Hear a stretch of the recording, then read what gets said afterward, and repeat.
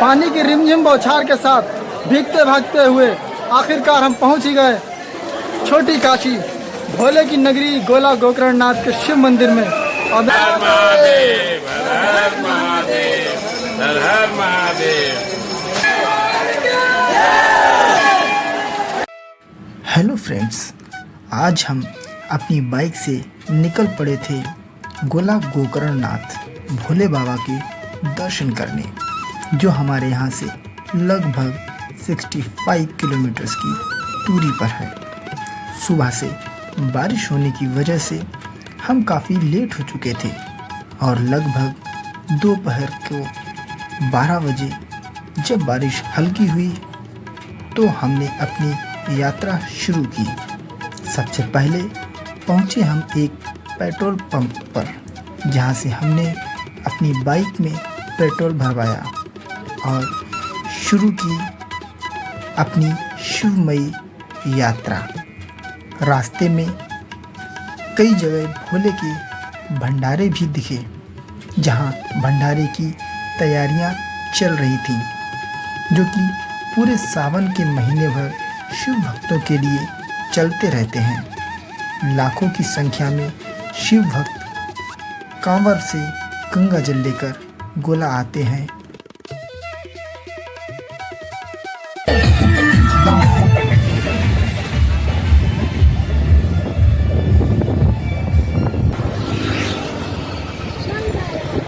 जय भोले की, जय भोले की।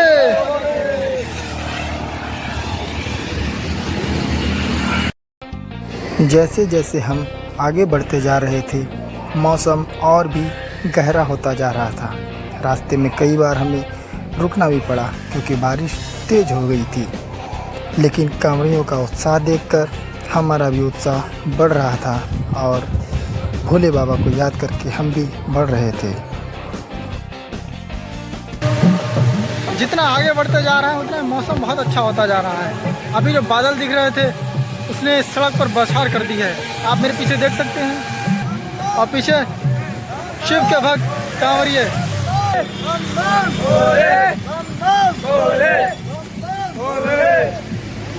सभी शिव की भक्ति में लीन और बम भोले का जयकार लगाते हुए सब गोला की ओर बढ़ रहे हैं, छोटी काशी की ओर बढ़ रहे हैं। तो हम लोग भी चलते हैं छोटी काशी की ओर। गोला गोकर्णनाथ का जो रेलवे स्टेशन है वो मंदिर से मात्र वॉकिंग डिस्टेंस पर है। स्टेशन से बाहर निकलते ही आपको सामने एक गली दिखाई देती है, जो बिल्कुल गेट के ठीक सामने है। वो गली आपको 2 से 5 मिनट में सीधे मंदिर परिसर में पहुंचा देती है। इसमें ज़्यादा समय नहीं लगता है। शिव की काशी गोला में पहुंचने के लिए आप 2 मार्ग से आ सकते हैं। एक मार्ग तो रेल मार्ग का हो सकता है, जो पीछे आप रेलवे स्टेशन देख रहे हैं, गोला गोकर्णनाथ रेलवे स्टेशन, और ठीक इसके सामने आप ये बस डिपो है। स्टेशन और बस डिपो दोनों आमने सामने हैं। आप यहाँ बाई रोड आना चाहें तो बाई बस आ सकते हैं उत्तर प्रदेश के परिवहन से, और ट्रेन से आना चाहें तो आपको लखनऊ से डायरेक्ट ट्रेन भी मिल जाती है। और रोड से तो फिर बहुत अच्छा रोड है, आने में कोई असुविधा ही नहीं होगी, और दोनों आमने सामने हैं। सबसे मज़े की बात तो ये है। तो अब चलते हैं दर्शन करने। दिल्ली, लखनऊ और स्टेट के अन्य कई बड़े शहरों से आप डायरेक्ट बस द्वारा भी गोला पहुंच सकते हैं।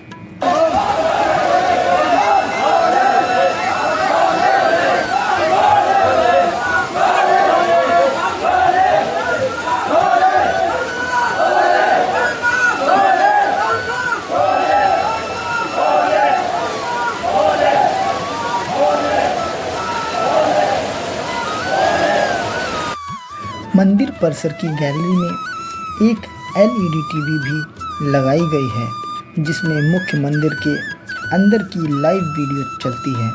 क्योंकि सावन के महीने में जब लाखों भक्तों की भीड़ एक साथ पहुंचती है तो दर्शन के लिए घंटों लाइन में लगना होता है। लेकिन हम पहुंचे थे बृहस्पतिवार के दिन, जिस दिन सोमवार की अपेक्षा भीड़ भाड़ कम होती है। बारिश भी काफ़ी तेज़ हो रही थी, लेकिन फिर भी पहुंचने वाले भक्तों के उत्साह में कोई भी कमी नहीं थी।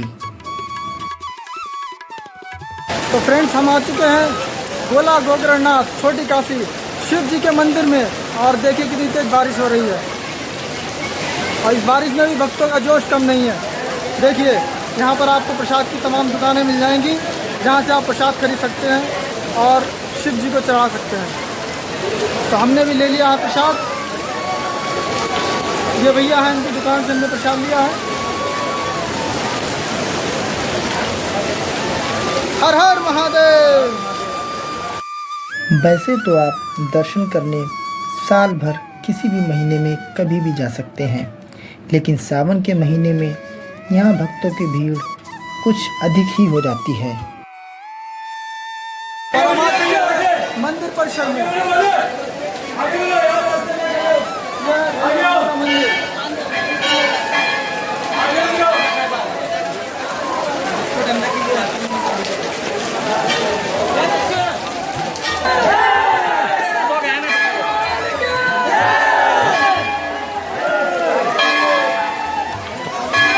मुख्य मंदिर के गेट पर ही विराजमान है नंदी महाराज की मूर्ति। आने वाले भक्त नंदी महाराज के दर्शन कर शिवालय में प्रवेश करते हैं।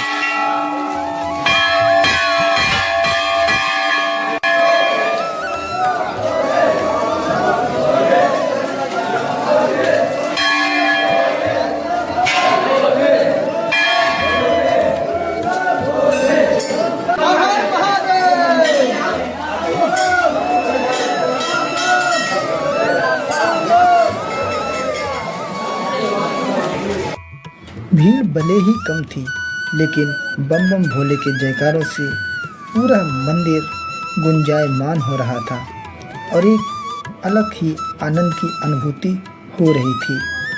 मंदिर के अंदर कम भीड़ होने की वजह से जो भी भक्त अंदर पहुंचता वो इत्मीनान से भोले बाबा की पूजन अर्चन करने में व्यस्त हो जाता। हरिकिशन भैया भी हमें मिल गए हैं, जो कि हमारे साथ में काम करते हैं, और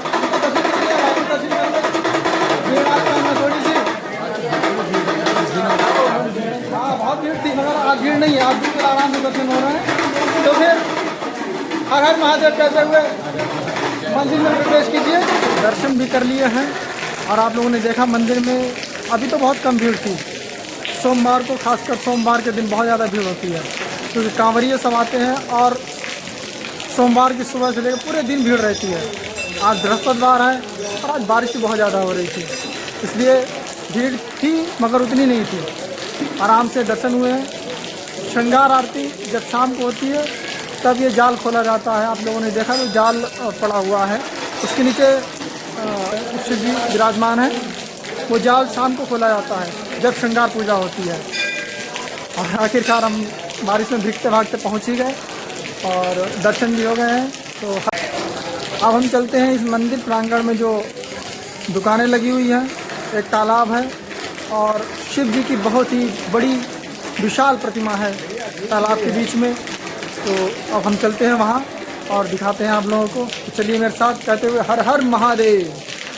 मंदिर परिसर में जो तालाब है उसके बीचों बीच में स्थित शिव जी की विशाल प्रतिमा पूरे मंदिर परिसर को भव्य और दिव्य बनाती है। यहाँ मंदिर के पास में ही सावन भाई का ये अपनी दुकान लगाते हैं, और सावन का महीना भी चल रहा है और सावन भैया बता रहे हैं कुछ मंदिर के बारे में। तो आइए इनसे जानकारी लेते हैं कि इस मंदिर के बारे में क्या कथा ऐसी कुछ विख्यात है। तो सावन भैया आप ज़रा बताएंगे हमारे दर्शकों को। बोले कहते हैं कि रावण ये शिवलिंग लेके आया था यहाँ पे। रावण जब कैलाश पर्वत से लेके चला तो यहाँ आया गोला गोकर्णनाथ की भूमि पे। तो यहाँ पे चारों तरफ जंगल ही जंगल था। शंकर जी को यहाँ पे अच्छा लगा, उनको यहाँ पे अच्छा लगा तो उन्होंने रावण को शंका लगी। रावण ने एक इधर उधर देखा तो एक गड़रिया दिखाई पड़ा। गड़रिया को उन्होंने शिवलिंग को पकड़ा दी और उसके बाद वो लवशंका करने चले गए थोड़ी दूर पे। तो जब लवशंका में काफ़ी टाइम लग गया और रावण वापस ना आया तो उस गड़रिये ने वजन जो है शिवलिंग का वजन बढ़ने लगा। तो उसने उसको भूमि पे रख दिया, और जब उसको भूमि पे रख दिया तो वो वहीं पे स्थापित हो गई शिवलिंग। जब रावण लघुशंका करके वापस आया तो उसने बड़ी कोशिश की, बड़ा प्रयत्न किया, लेकिन वो उस शिवलिंग को हिला ना पाया। तब उसे बहुत क्रोध आया और उसने उस गडरिये को, रावण ने उस गडरिये को दौड़ा लिया। वो गडरिया भागते भागते यहीं पास में करीब 1.5 किलोमीटर 2 किलोमीटर पे पड़ता है भूतनाथ बाबा का स्थान।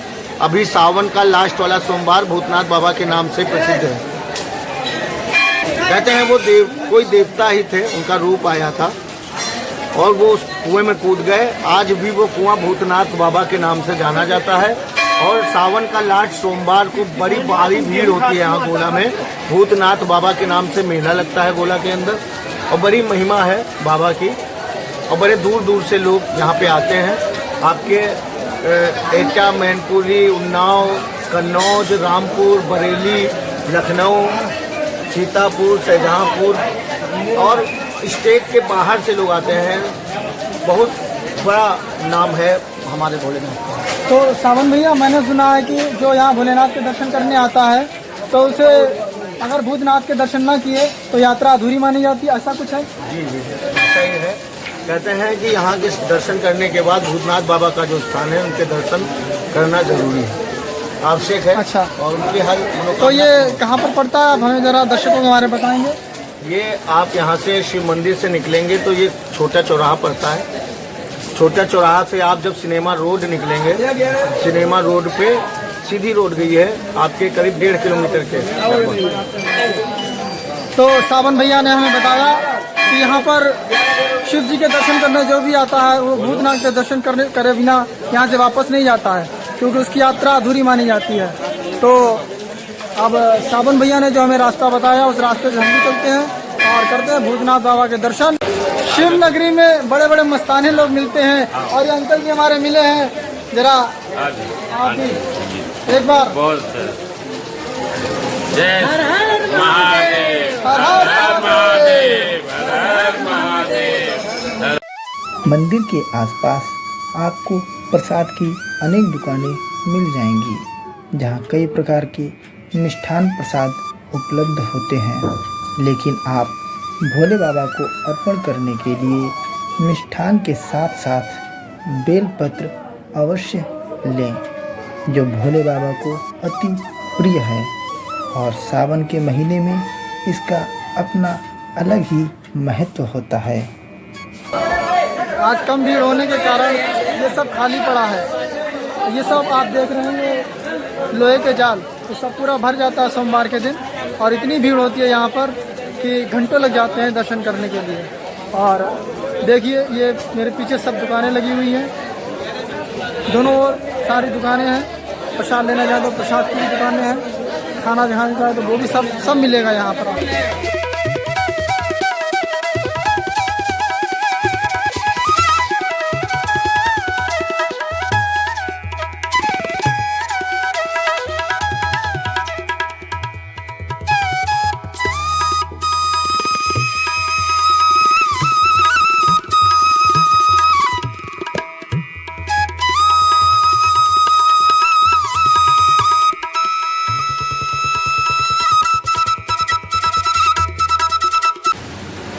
तो जब आप आते हैं दर्शन करने तो दोपहर में आपको भूख भी लगेगी। और खाने की बात की जाए तो खाने के यहाँ पर क्या क्या साधन अवेलेबल हैं, तो यहाँ पर बहुत सारे होटल हैं, आप कहीं भी बैठ के खाना खा सकते हैं। फ़िलहाल हम तो आए हैं अभी ये वाजपेयी शुद्ध शाकाहारी भोजनालय पर, और आइए जानते हैं इनसे थाली का क्या हिसाब रहता है, इनका अलग अलग से मिलता है या फिर थाली का रेट रहता है, जानते हैं इनसे। भैया आपका नाम क्या है, पहले नाम बताइए। हमारा नाम मनोज कुमार कश्यप। तो आप क्या थाली मिलती है या अलग अलग सब आइटम रहता है? थाली भी मिलती है, कुकर भी मिलता है। 70 रुपये की थाली है, इसमें 4 रोटी है, 2 सब्जी है, दाल फ्राई है, और एक सलाद है, अचार है, पापड़ है, बटर चावल है। अच्छा अच्छा, तो ये सब आपको मिलने वाला है 70 रुपये में मात्र। आइए और खाना खाइए। और हम आपको दिखा देते हैं यहाँ पर बैठने की फैसिलिटीज़ भी इनके पास अच्छी है। और देखिए पंखा वंखा लगा हुआ है आराम से, और आप यहाँ पर आराम से बैठ सकते हैं और बैठ करके खाना खाते हुए सुकून की सांस ले सकते हैं। अब हम आ चुके हैं भूतनाथ बाबा के दर्शन करने। और ये मेरे पीछे जो कुआं देख रहे हैं आप, इसके ऊपर जाल पड़ा हुआ है, यही कुआं है भूतनाथ बाबा के। जो कहानी भी उन्होंने सावन भैया ने सुनाई थी, उसके अनुसार यही कुआं है, इसमें आकर के वो छलांग मार दिए थे। आइए अब इस कुएं के भी दर्शन कराते हैं आप लोगों को। यही वो कुआं है जिस कुएं में उस चरवाहे ने छलांग लगाई थी, जो कि भूतनाथ बाबा के नाम से प्रसिद्ध हुआ। जो भी भूतनाथ के दर्शन करने आते हैं वह इस कुएं के दर्शन करते, पूजन अर्चन करके और प्रसाद अर्पण करके यात्रा पूरी करते हैं। और पूरे सावन भर पूरी गोला नगरी में मेले का और जश्न का माहौल रहता है। और जो भक्त सावन में कांवड़ लेकर के आते हैं वो भूतनाथ के भी दर्शन करने आते हैं। यहाँ पर ये मंदिर बना हुआ छोटा सा भूतनाथ बाबा का, और यहाँ पर आपको शॉपिंग के लिए भी बहुत सारे ऑप्शन मिल जाएंगे, बहुत सारी दुकानें हैं। बहुत बड़ा मेला लगता है भूतनाथ का भी। और आप जब भी गोला गोकर्णनाथ आएँ, भोले बाबा के दर्शन करने आएँ, छोटी काशी आएँ, तो आप भूतनाथ आकर के दर्शन अवश्य करें। अपनी यात्रा तभी पूरी होगी, और यात्रा पूरी होने के बाद ही आप अपने घर जाएं। मेरी यात्रा तो पूरी हो गई आज की। चलते हैं हम आपको यहाँ की मार्केट दिखाते हुए अपने घर की ओर।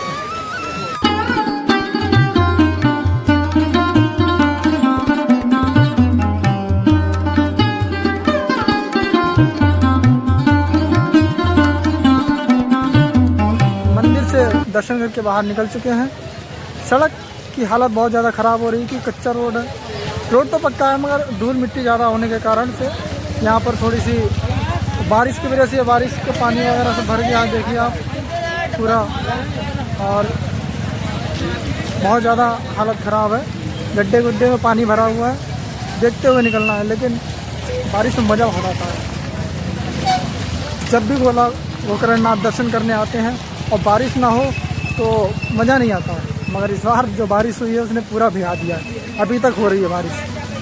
आपने छोटी काशी के दर्शन किए, छोटी काशी गोला गोकर्णनाथ। आप मेरे पीछे देख रहे हैं, ये तालाब बना हुआ है, इसमें लोग नौका विहार का आनंद ले रहे हैं। रिमझिम बारिश हो रही है, बूंदें पड़ रही हैं, और छाता लगा करके तालाब में नौका विहार की जा रही है। पीछे देखिए कुछ लोग तालाब में डुबकियां लगा रहे हैं, नहा के उसका भी आनंद ले रहे हैं। और ये जो हमारे पीछे दिख रही है आपको मूर्ति, शिव जी की बहुत बड़ी मूर्ति, जो कि तालाब के बीचों बीच में स्थित है। अब बात करते हैं कि यहाँ पर कैसे पहुँचा जाए। तो यहाँ पहुँचने के लिए आप सड़क मार्ग से आना चाहें तो इजीली सड़क मार्ग से उत्तर प्रदेश परिवहन की बस द्वारा आ सकते हैं, अपने वाहन द्वारा भी आ सकते हैं। और अगर आप ट्रेन से आना चाहें तो लखनऊ से डायरेक्ट ट्रेन यहाँ पर आती है, सुबह 7 साढ़े 7 बजे के आसपास लखनऊ से चलती है, और यहाँ पर 11 साढ़े 11 बजे तक पहुँचा देती है। और यहाँ पर रुकने की बात की जाए तो रुकने का ऐसा कुछ है नहीं, वैसे आप एक दिन में आराम से दर्शन करके घूम फिर के और जा सकते हैं। खाना ही कुछ है, बाकी यहाँ पर एक दिन से ज़्यादा टाइम लगाने की ऐसी कोई ज़रूरत पड़ेगी नहीं आपको। खाने की बहुत सारे ऑप्शन हैं। हाँ, अगर आप फ्रेश होना चाहें तो उसके लिए भी आपको होटल्स वगैरह मिल जाएंगे, और बहुत ज़्यादा महंगे नहीं हैं। कुल मिलाकर के हल्के फुल्के बजट में आप छोटी काशी आ सकते हैं गोला गोकर्णनाथ में, और यहाँ पर दर्शन कर सकते हैं। और ये ज़िला लखीमपुर में है छोटी काशी के नाम से। और उत्तर प्रदेश के आप किसी भी शहर से आप आना चाहें तो डायरेक्ट सड़क मार्ग से आ सकते हैं। और अगर बात करें हवाई मार्ग से आने की, कहीं बाहर से आ रहे हैं तो हवाई मार्ग नज़दीकी एयरपोर्ट है वो है लखनऊ। आपको हवाई मार्ग से लखनऊ आना पड़ेगा, लखनऊ से बाई ट्रेन या बाई रोड आपको गोला गोकर्णनाथ आना पड़ेगा। हर हर महादेव। बने रहे हमारे वीडियो के साथ। वीडियो को लाइक करें, शेयर करें और देखते रहें हमारा यूट्यूब चैनल। और फिर मिलेंगे, जल्द मिलेंगे, ज़रूर मिलेंगे।